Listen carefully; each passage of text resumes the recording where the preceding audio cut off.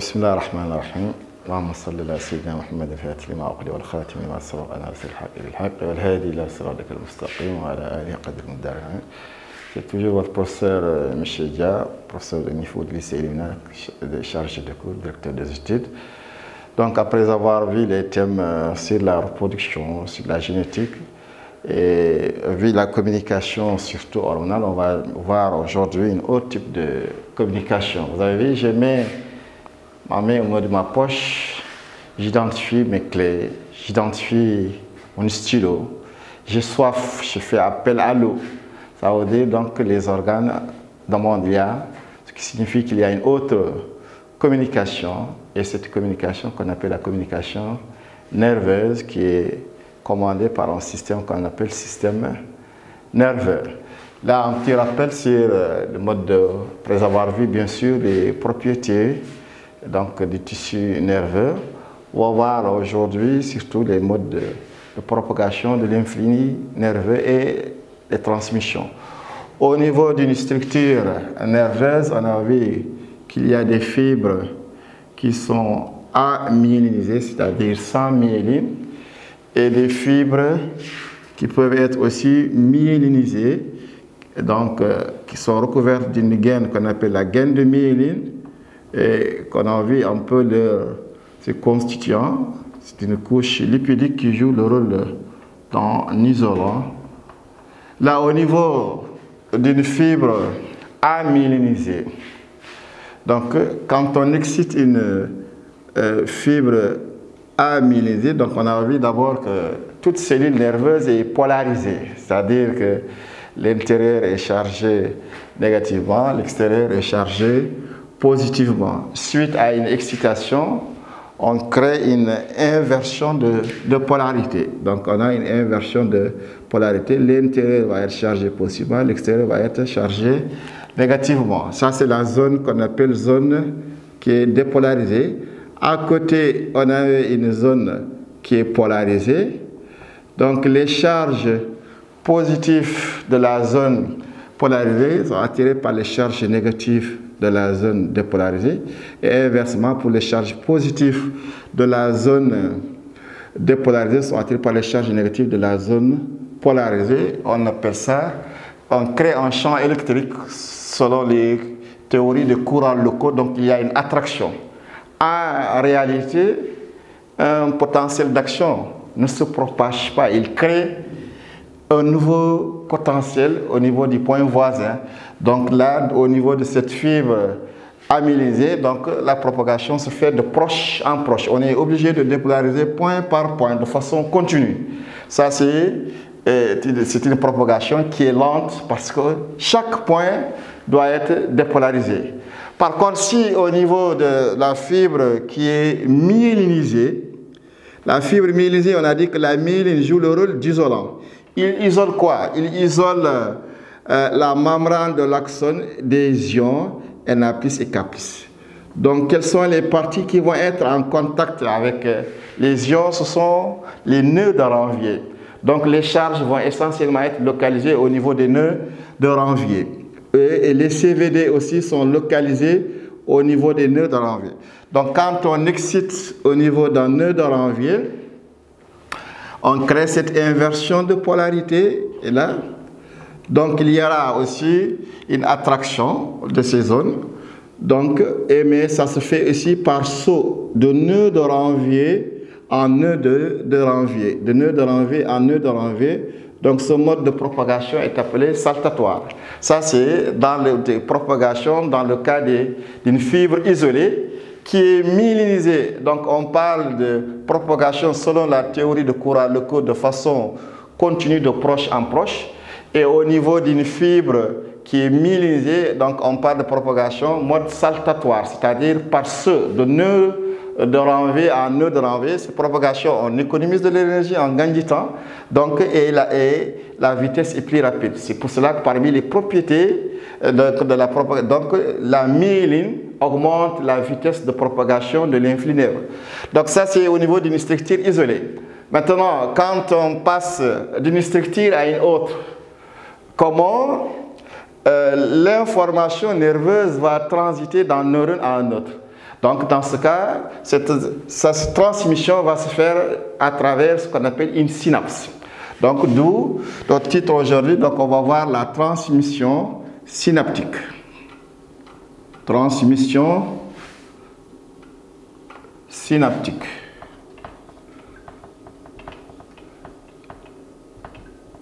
C'est quoi une synapse?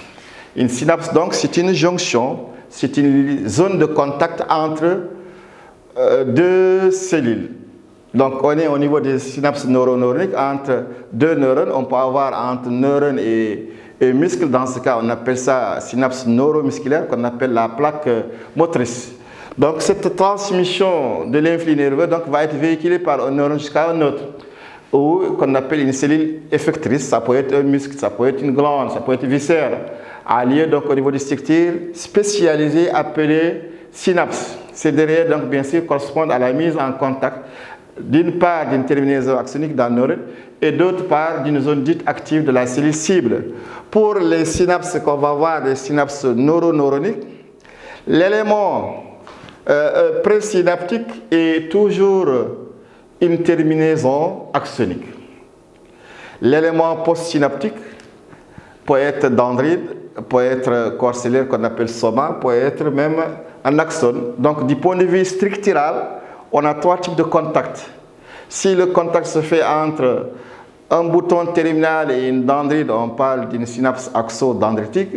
Si le contact se fait entre le bouton terminal, donc qui est toujours une terminaison axonique avec le soma, on parle d'une synapse axosomatique. Si c'est le contact entre le bouton terminal et l'axone, on parle de synapse axo-axonique. Ça, c'est du point de vue structural. Donc, il y a trois types de contacts. Synapse axodendritique, axosomatique et axo-axonique. Donc, une synapse, comme on a dit, c'est une jonction, c'est une zone de liaison entre deux neurones.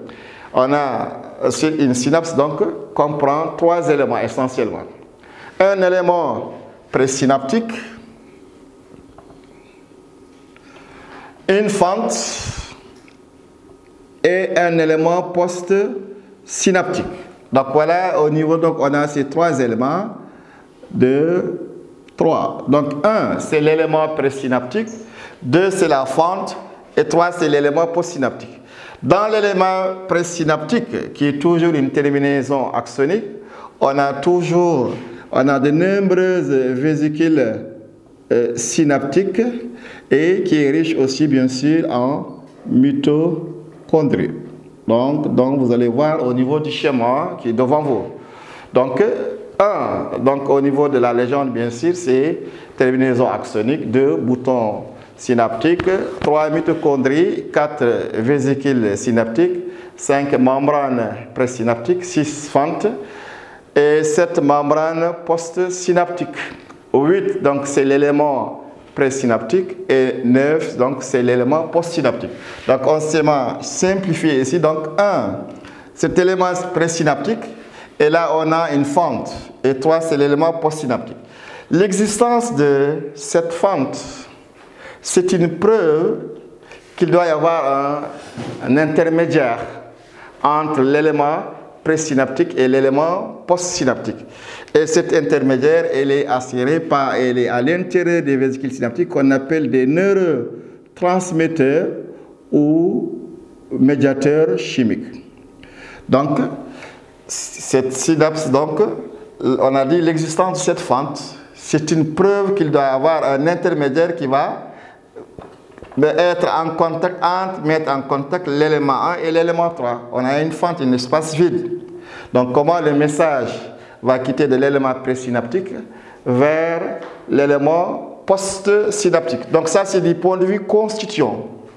Avant de voir le fonctionnement, donc toujours au niveau d'une synapse neuroneuronique, on a un élément présynaptique qui est toujours une terminaison axonique, une fente et un élément postsynaptique.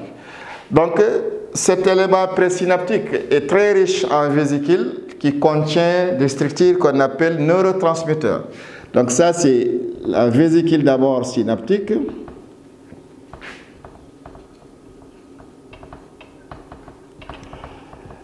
Et à l'intérieur, on trouve des éléments qu'on appelle neurotransmetteurs ou médiateurs chimiques.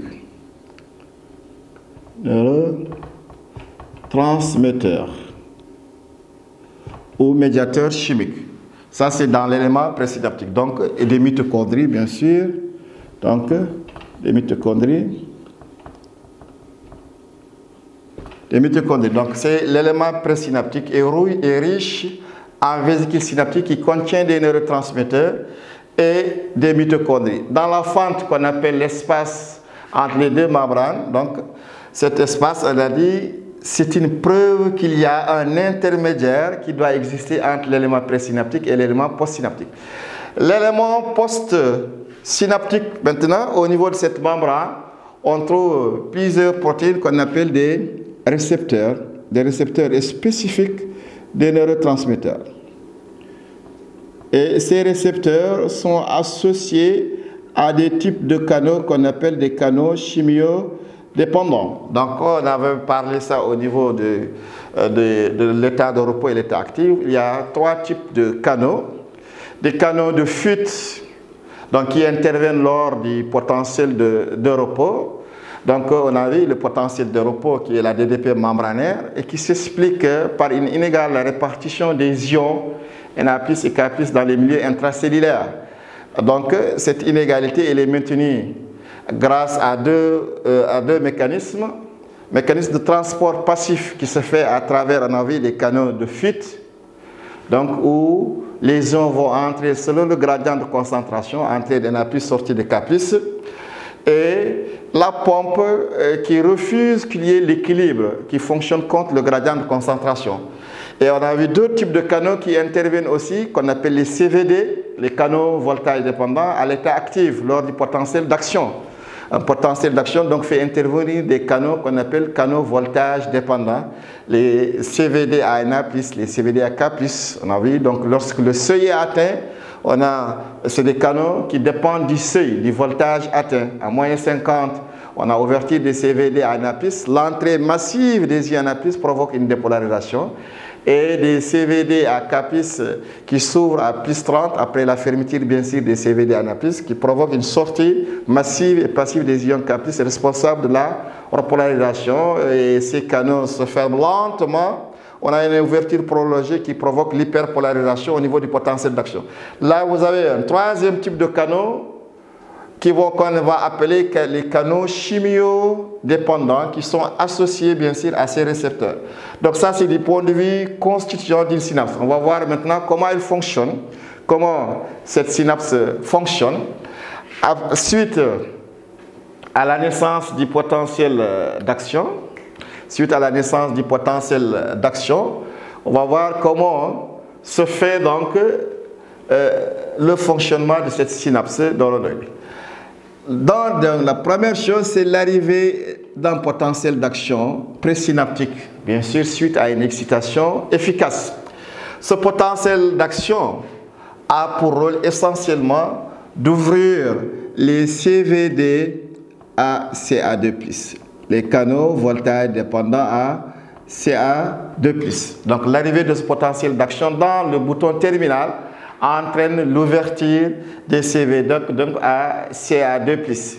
Ces ions CA2+ vont entrer donc à l'intérieur du bouton terminal et vont provoquer donc l'éclatement des vésicules synaptiques et la libération des neurotransmetteurs par un phénomène qu'on appelle phénomène d'exocytose. Donc on aura une exocytose, invagination de la membrane antérieure qui libère ces neurotransmetteurs qui vont être libérés au niveau de la fente synaptique.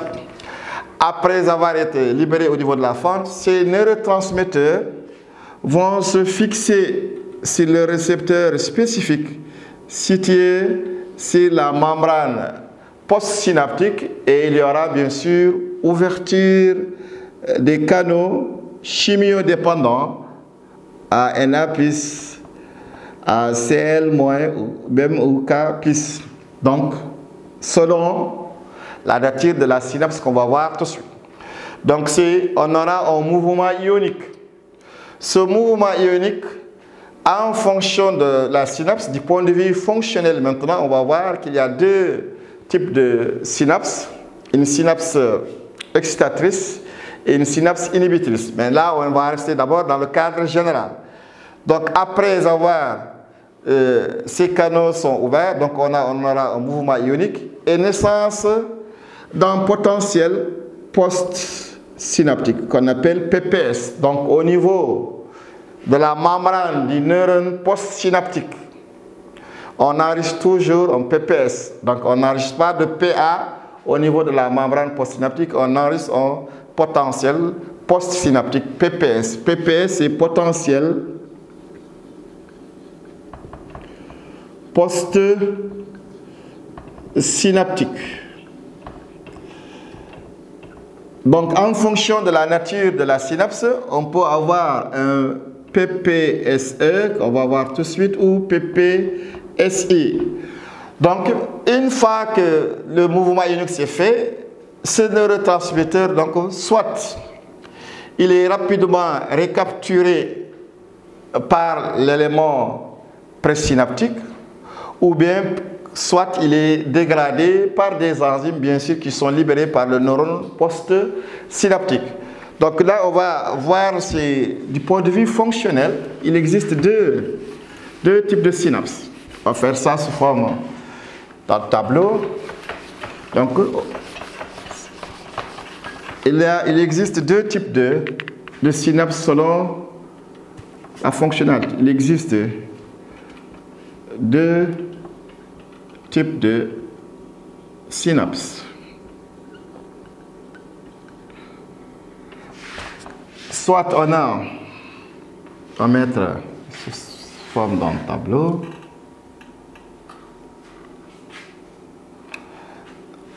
Là, on va mettre type de synapse.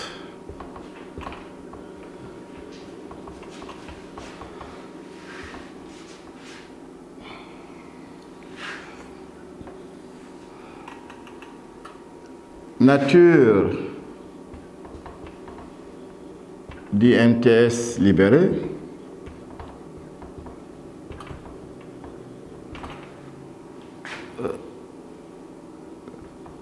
Type de CCD ouvert.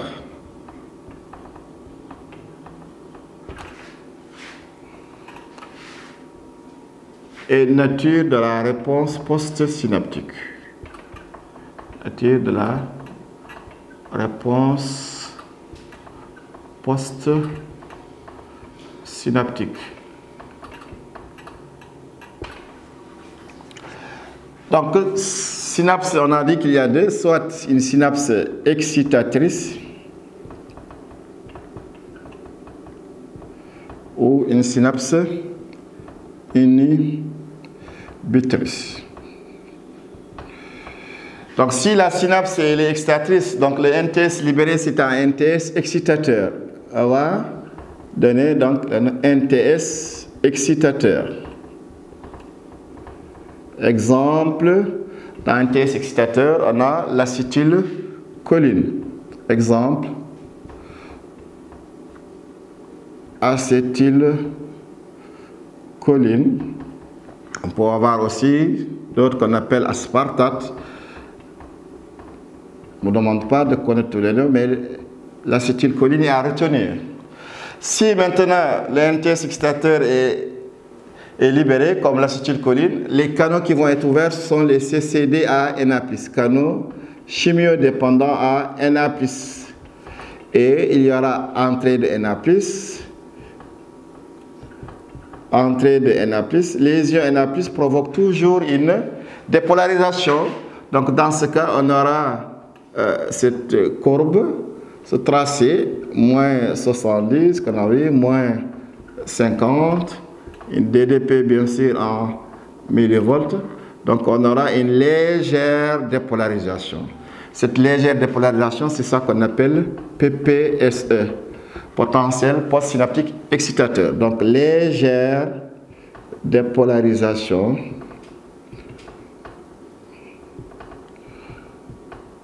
appelée PPSE. potentiel postsynaptique excitateur. Si maintenant la synapse elle est inhibitrice, donc on aura un NTS inhibiteur. NTS inhibiteur. Exemple d'NTS inhibiteur, le nom usuel c'est GABA, c'est gamma acide aminobutyrique.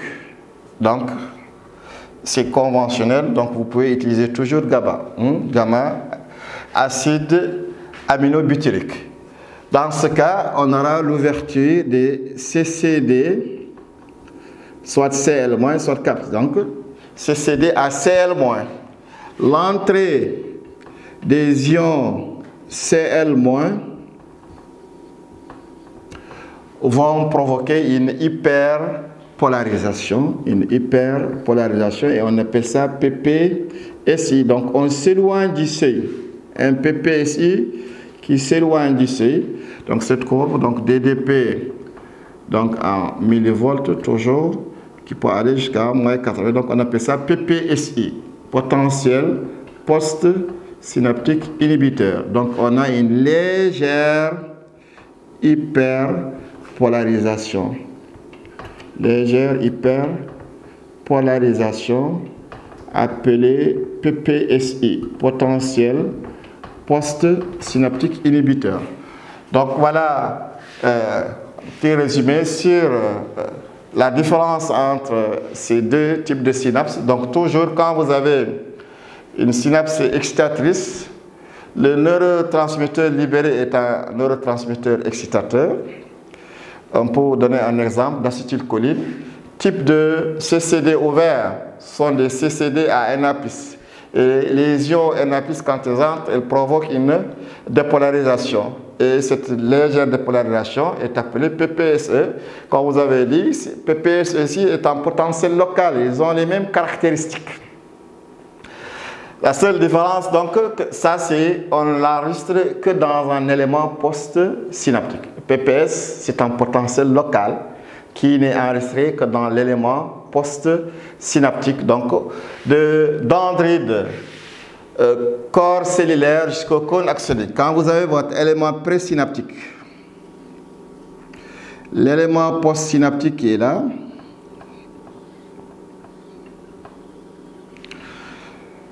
donc l'élément présynaptique, et c'est ça qu'on vous demande surtout de retenir l'essentiel. Dans l'élément présynaptique, on peut enregistrer trois types de potentiels. On peut enregistrer un potentiel de repos, on peut enregistrer un potentiel local, on peut enregistrer un potentiel d'action. Potentiel de repos, comme le nom dit, c'est à l'état de repos, c'est en absence de toute stimulation, en absence de toute excitation. On place les deux électrodes réceptives dans deux milieux différents. On va enregistrer un potentiel de repos. Deuxième potentiel qu'on peut enregistrer au niveau de l'élément présynaptique, c'est un potentiel local, comme son nom indique. Donc, c'est suite à une stimulation infraliminaire, mais deuxième condition, il faut que ça soit très proche du lieu d'enregistrement. Il faut que l'électrode excitatrice soit à côté de l'électrode réceptrice qui va enregistrer. Donc, c'est ça, dans ce cas, on enregistre un potentiel local. Et si l'excitation maintenant est efficace, on enregistre un potentiel d'action. Potentiel local, potentiel d'action ont un seul point commun. Les deux proviennent de la variation de la polarité membranaire du potentiel de repos. L'un suite à une excitation inefficace, l'autre suite à une excitation efficace. C'est ça leur point commun. Ce qui les différencie maintenant, potentiel local n'est pas propageable, n'est pas un message nerveux. Donc, le message nerveux et la nature du message nerveux, c'est un potentiel d'action. C'est ça ce qu'on appelle message nerveux, influx nerveux. Tout ça, c'est un potentiel d'action qui se propage. Donc, potentiel local n'est pas propageable. Mais il a d'autres propriétés, il est gradiable, c'est-à-dire qu'il est codé à modulation d'amplitude. Si on augmente l'intensité, l'amplitude augmente. Donc on dit qu'il est gradiable. Et si on s'éloigne du lieu d'enregistrement, il est amorti, il est dégradable et on appelle ça une décrémentation spatiale. Donc il est dégradable, il est amorti. Plus on s'éloigne du lieu d'enregistrement, plus l'amplitude diminue jusqu'à s'annuler. Donc là, on appelle ça, vous pouvez utiliser les termes le plus facile, il est dégradable, il est amorti ou décrément spatial. Ça, c'est les caractéristiques du potentiel local. Par contre, le potentiel d'action d'une fibre, faites attention. Donc on dit obéit à la loi du tout ou rien. Lorsque le seuil est atteint, l'amplitude est aussitôt maximale. C'est ça la loi du tout ou rien. Seuil atteint, l'amplitude maximale qui est de 100 000 volts. Le seuil n'est pas atteint, on n'a pas de potentiel d'action. Donc toute DDP égale à moins 50 au niveau du cône axonique, comme vous avez vu au niveau du cours, ou bien au niveau du premier nœud de l'envers qu'on appelle site générateur, ça donne naissance à un potentiel d'action. Et toute DDP inférieure à moins 50, c'est un potentiel local qui peut être sous forme d'un PPSE, qui forme d'un potentiel récepteur, comme les gens disent. Donc, c'est qui est donc dégradé. Là, c'est dans l'élément présynaptique. Dans l'élément postsynaptique maintenant, à partir de la membrane postsynaptique, corps cellulaire, cône axonique, on enregistre des PPS, des potentiels postsynaptiques.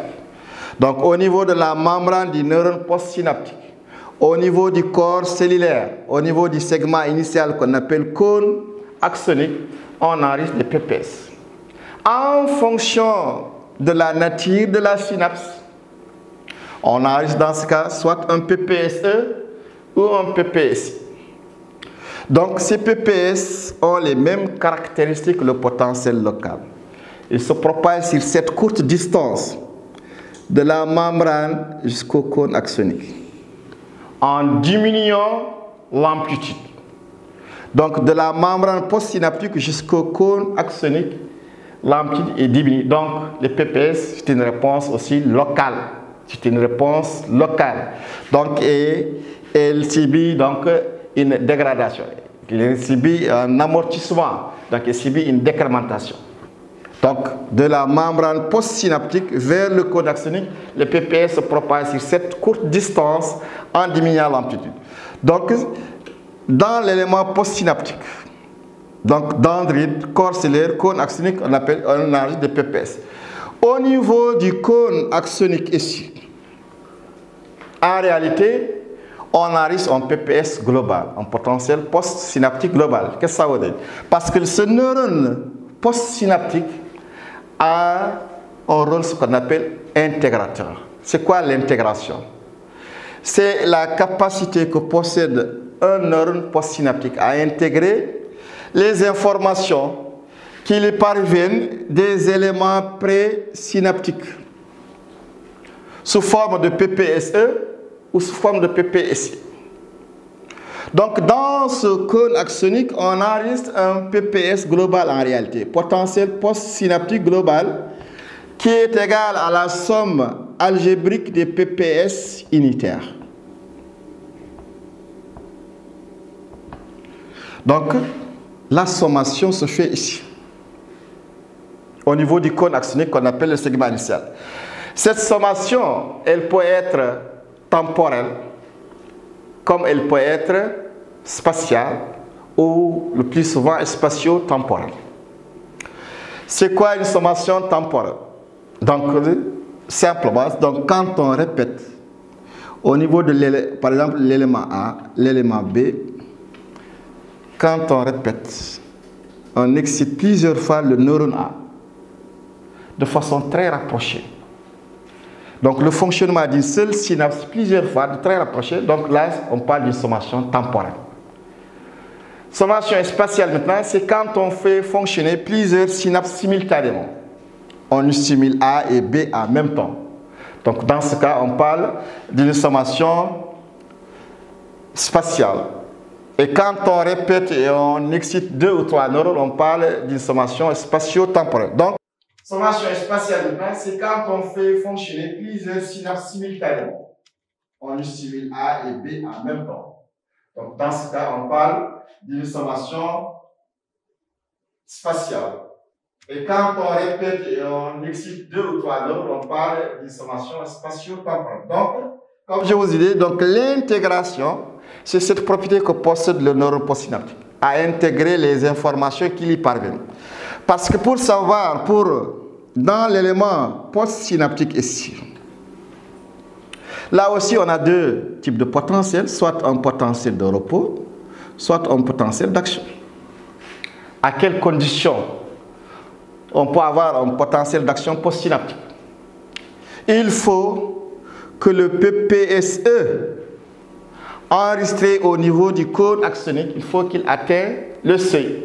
S'il atteint le seuil, il devient un PA et un PA se propage en gardant les mêmes caractéristiques, avec le même amplitude. Donc un PPSI ne donne jamais un PA postsynaptique parce qu'il ne se propage pas. Donc seul le PPSE qui atteint le seuil et qui déclenche un PA qui se propage dans l'axone. Donc si le PPS global qui est là, s'il est égal à un PPSE supérieur au seuil, dans ce cas, il devient un PA qui va se propager dans l'axone. Mais ce PPG, il peut être égal à un PPSE inférieur au seuil, il peut être égal même à un PPSI, il peut être égal même à 0. Dans ces 3 conditions, aucun message ne va arriver dans l'axone du neurone postsynaptique, donc le neurone va rester toujours au repos. Donc la seule condition pour avoir un potentiel d'action postsynaptique, il faut que le PPSE atteigne le seuil au niveau du cône axonique. Et ça, on va voir ça tout de suite au niveau d'une application pour vous montrer ce type de synapses et les phénomènes électriques qui s'accompagnent donc ces enregistrements. Donc on va voir donc dans un moment, donc au niveau d'un exercice d'application et je vous remercie. Merci. C'est bon, on voit. Voilà. On va voir l'application.